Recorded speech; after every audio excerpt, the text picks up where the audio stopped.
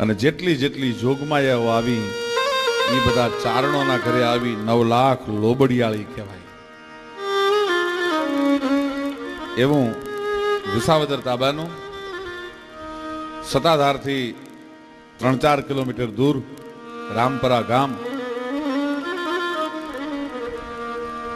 આલસુર ગઢવી અને ધાનબાઈ માના કુંખે એક છોરું અવતર્યું અને એનું નામ આઈ રૂપલ છે. આ કળયુગમાં આ જમાનામાં 9 વર્ષની ચારણની દીકરી એ જો અખિલ ભારતના તમામ ચારણોનું સંમેલન બોલાવી અને કોઈની સામે લાંબો હાથ કર્યા વગરની જો જમાડી શક્તિ હોય એવી અન્નપૂર્ણા એ ભગવતી આજ રૂપલ આઈનો મારે બધા પ્રસંગો આપને કહેવા છે કે કેવી ચારણ જોગમાયાઓ આ કુળમાં જન્મી છે. જોધપુરનું તોરણ બંધાવનાર, બુંદી અને કોટાનું તોરણ બંધાવનાર ઈના કરણી રમતી હોય, એક બાજુ અહીંયા મોણિયાના પાદરમાં આઈ નાગબાઈ રમતી હોય. હે માં, અમારા એ ચારણોના દિવસો ક્યાં વ્યા ગયા? અણમોલ હા હા ગમ તણા ગે દિવસ ક્યાં જાતા રહ્યા. અને તેથી આલસુર ગઢવીના ઘરે ધાનબાઈ માના કુંખે જન્મી અને આય રૂપલે એમ કીધું કે આય ચારણો મૂંઝાવાની જરૂર નથી. રાફડો કોઈ દી સુનો ન હોય. સુનો જાણીને રાફડામાં હાથ નાખવાનો કોઈ પ્રયત્ન ન કરવો. જૂનો રાફડ છેડીએ ન્યા જાગે કોક જડાગ, આ જાગી જાડેજા સરે ઓલી કામબાઈ કાળો નાગ. અને ન્યા ઈ રૂપલાઈ જન્મી, રામપરામાં જન્મી. આઈ વિક્રમ સંવત 2046 શ્રાવણ વદ 8મની દિવસે ભગવતીનો જન્મ થયો.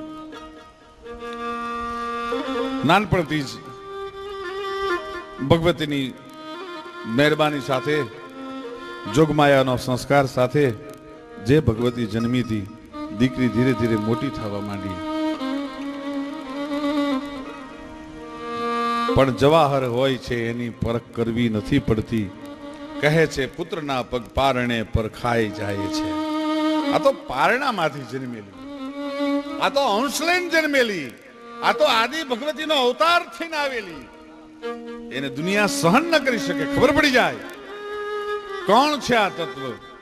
9 વર્ષની ઉંમરની થઈ ભગવતી. પોતાના બાપ આલસુર ગઢવીને બોલાવીને એટલું કીધું, બાપુ 9 વર્ષનું ફૂલ હોય એને શું ખબર પડે કે મારે 3.5 પાડાની નાતને નોતરવી છે, મારે ચંડી યજ્ઞ કરવો છે, મારા વર્ષ 9 થયા એટલે મારે નવચંડી યજ્ઞ કરવો છે. બાપુ આપ આવો ને. શું બેટા? હે બાપુ, ચારણની દીકરીઓ છે એ જોગમાયાનો અવતાર ન કહેવાય કે? હા બેટા કહેવાય ને.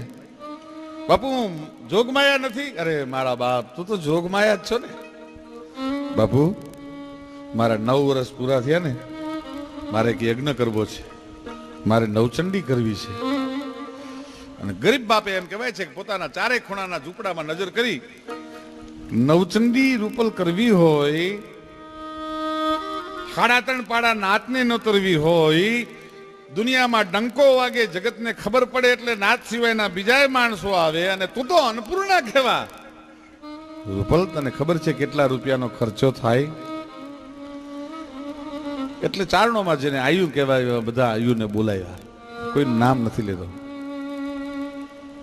રૂપલાઈને સમજાવવાનો પ્રયત્ન કર્યો, બેટા માની જા, તારા બાપની આ ત્રેવડ નથી. અને તેથી લાંબા હાથો વાળી આવી. પછી એક વાત કરી દઉં. નવગણ જે દીવે એમ કહેવાય છે જાહલની ભેર કરવા માટે નીકળ્યો તો આયર દીકરી, નામ એનું જાહલ. બેઠા બેઠા ચિઠ્ઠી લખી સિંધમાંથી, આય વીર નવગણ, હવે હું બહુ મૂંઝાઉં છું, ક્યાં જાઉં, કોને કહું? દુલ્લા કાગે તો એમ લખ્યું છે કે જેની આડેથી દૂધ હળી યા જડી, એની લાજમાં આજ જો લૂંટ પડી. આય નવઘણ, તું જેની આડેથી દૂધ પી ગયો. એક થાનોલા પર મારો વીર ધાવતો તો અને એક થાનોલા પર તું ધાવતો તો અને મને બકરીના દૂધ ઉપર મોટી કરવામાં આવી. ઈ હું દેવાયત બોદલની દીકરી છું બાપ. આજથી સુધી મેં કોઈ દી તને કેવરાયું નથી, પણ ન્યા મારો વિરોધ છે. આયરની દીકરી દૂધનો હિસાબ ન માગે કોઈ દી. પણ નવખંડ ને કાગળ લખે છે એવું કીધું. ગીગાભાઈ આંગણકા નામનો એક ચારણ લખે છે કે મેરું તડો વડ તાત મારો પેટ સાજર ના પને જગ બીચ કરિયલ વંશ જાતો તખત બેસાર્યો તને. ઈ તાતના ઉપકારની કઈક હોય ચિત્તમાં સમૃદ્ધિ. આ નવખંડ હું તને યાદી નથી અપાવતી, પણ મારો બાપ હગા પંડના દીકરાને વધેરી નાખ્યો ને ત્યાં સુધી આંખમાં આહુડું નહોતો લાવ્યો. મારી માને સજુબાઈને બોલાવવામાં આવી. પંડના દીકરાની આંખો ઉપર વરઘોડિયા હંપુટિયા પર પગ દઈને વિયા જાય ને એમ વિયા ગયા, તોય મેં કોઈ દિવસ મારી માએ આંખમાં આહુડું ન લાવ્યું. ઈ મેરું તડો વડ તાત મારો પેટ સાયર ના પને જગબીચ કરિયલ વંશ જાતો અને તખત બેસાર્યો તને. ઈ તાતના ઉપકારની કંઈક હોય ચિત્તમાં સમૃદ્ધિ. તો હવે નરપતિ વાલા વીર નવગણ ભેર કરજે એમ ભૂપતિ. તો હું કહું છું, પણ ત્યાં તો અધર ડસત મુખ ઉચર્યો મદ છકિયો મહારાજ. હવે જાહલ વીણ જૂના તાણા મારે અન્ન પાણી અગરાજ. અને ઘોડે ચડ્યો પણ કિરપાણ મરદા કસી કમર બદન બીડી બખ્તરા ભુજદંડ બાગી પચન ભાલા તીર બરસી તોમરા હેમરા 9 લાખ હુકલે ખંત થી હરી ખોલવા. ઈ નરપતિ સજિયો સેન 9 ગણ ધરા સિંધ ધમરોળવા. જહાલ ની વારે ચડ્યો ભાઈ. વચ્ચે હાકડો સમદર ગુગવે છે, ગાંડો થઈ અને લોઢ ઉછાળે છે. 9 ગણ મુંજાણો, હાકડો નહીં ઉતરી શકાય. મારી બેન જાહલે જે અવધિ આપી છે ને, અવધિમાં હું પહોંચી નહીં શકું, મારી બેનની રક્ષા નહીં કરી શકું. અને ઘોડા આંક્યા ભાઈ. 7-8 દીકરીઓ રમે છે, ભાતાની રમત રમે છે. ખોટું ખોટું કુરડીમાં ભોજન ચડાવે છે અને રમે છે ને. એમાં એક દીકરી ઊભી થઈ, ફરાડ હો ફરાડ ફરાડ હો ફરાડ ફરાડ હો ફરાડ ફરાડ હો ફરાડ. ફોજના ઘોડા વ્યા જાય ને આગળ 9 ખંડનો ચપડો ઘોડો છે. અને આમ જોયું 7 વર્ષની દીકરીએ. ખમા ખમા ખમા ખમા બાપ, 9 ખોરટના સરદાર, મારા બાપ તને ઘણી ખમા. બેઠી બેઠી આમ કરીને આમ જ્યાં લાંબો હાથ કર્યો ત્યાં 9 ખંડના માથે ઓવારણા લીધા. ખોરટની પાકની માથે ઓવારણા ગયા. 9 ગણ ઓળખી ગયો, આ બીજી કોઈ ન હોય,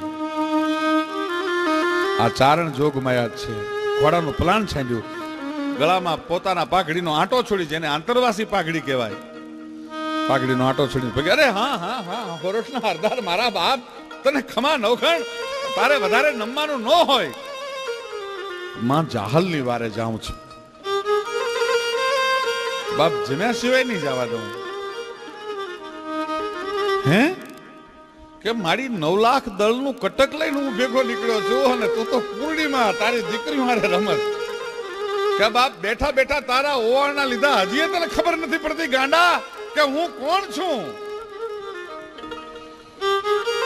રોકાઈ ગયો અને એક કુરડીમાંથી મિત્રો ચારણની દીકરીએ વરુડીએ 9 ગણના કટકને જમાડ્યું હતું.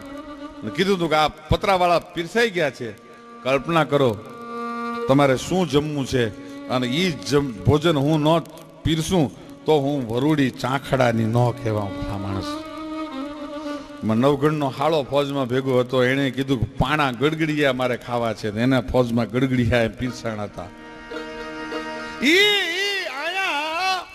આલસુર ગઢવીની દીકરી ધાનબાઈ માના કુખે ઉતરી એમ કહે છે કે હે બાપુ, જો વરુડી 9 લાખ ને જમાડી શકી હોય, વરુડી જો 9 લાખ ફોજને તૃપ્ત કરી શકી હોય, આકડા સમંદરને એક સટમાં જો પી ગઈ શકી હોય, તો બાપુ હું નહીં કરી શકું. તમને મારા પર વિશ્વાસ નથી, તમને જોગમાયા ઉપર વિશ્વાસ નથી, તમને નાગબાઈ ઉપર વિશ્વાસ નથી. બાપુ આ બધું થઈ શકે અને છતાંય નો વિશ્વાસ આવતો હોય તો મારી ભેળા બધી આયુને લઈને હાલો ને. અને ઓરડામાં જઈને પોતાનો જ્યાં ભેળિયો પીડ્યો તો ભેળિયો ઊંચો કરીને એમ કીધું કે હે બાપુ એટલા રૂપિયાથી થઈ જાય?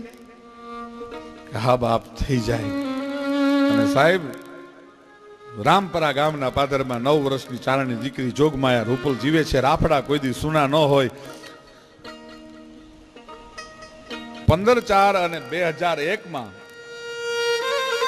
તારીખ સાથે 15/4/2001 ઈ દીકરીના વેણ ઉપર બાપે યજ્ઞનું આયોજન કર્યું.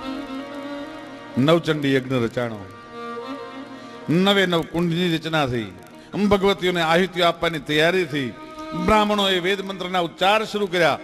ઓમ જ્ઞાની નામ પી ચેતાંસી દેવી ભગવતી હિસા બલાદા કૃષ્ણ મોહાય મહામાયા પ્રચ્છિતિ દુર્ગે સ્મૃતા હર્ષિ પિતિમ શેષ જંતો સ્વસ્તે સ્મૃતા મતે મતે વિશ્વભામ દદાસી દારિદ્ર દુઃખ ભય હારિણી કાત ધન્યા સર્વોપકાર કરણાય સદાર્થ ચિતા સર્વ મંગલ માંગલ્ય શિવે સર્વાર્થ સાધિકે શરણ્ય ત્રંબકે ગૌરી નારાયણી નમસ્તુતે શરણાગત દિનાર પરિત્રાણ પરાયણે સર્વ શાર્થી હરે દેવી નારાયણી નમસ્તુતે સર્વ સ્વરૂપે સર્વેશે સર્વ શક્તિ સમન્વિતે ભય વસ્ત્રાહીનો દેવી દુર્ગે દેવી નમસ્તુતે રોગાન શેષાન પહંસી તૃષ્ટા રુષ્ટાત કામાન સકલાન ભ્રિષ્ટાન ત્વમાશ્રિતાન વિપન્નરાણામ ત્વમાશ્રિતાયાશ્રયંતામ પ્રયાન્તિ સર્વ બાધા પ્રશમનમ ત્રૈલોક્યશા અખિલેશ્વરી એવમેવ ત્વયા કાર્યમ અસ્મદ વૈરી વિનાશનમ ઓમ રીમ દુર્ગાય નમઃ એમ કરી અને સ્વાહાના ધ્વનિ થવા માંડ્યા અને આહુતિઓ આપવા માંડ્યાની ભાઈ. અને ઈ યજ્ઞ જેને જોયો એને કેવું પડ્યું? માડી તારા પર જાનો નહીં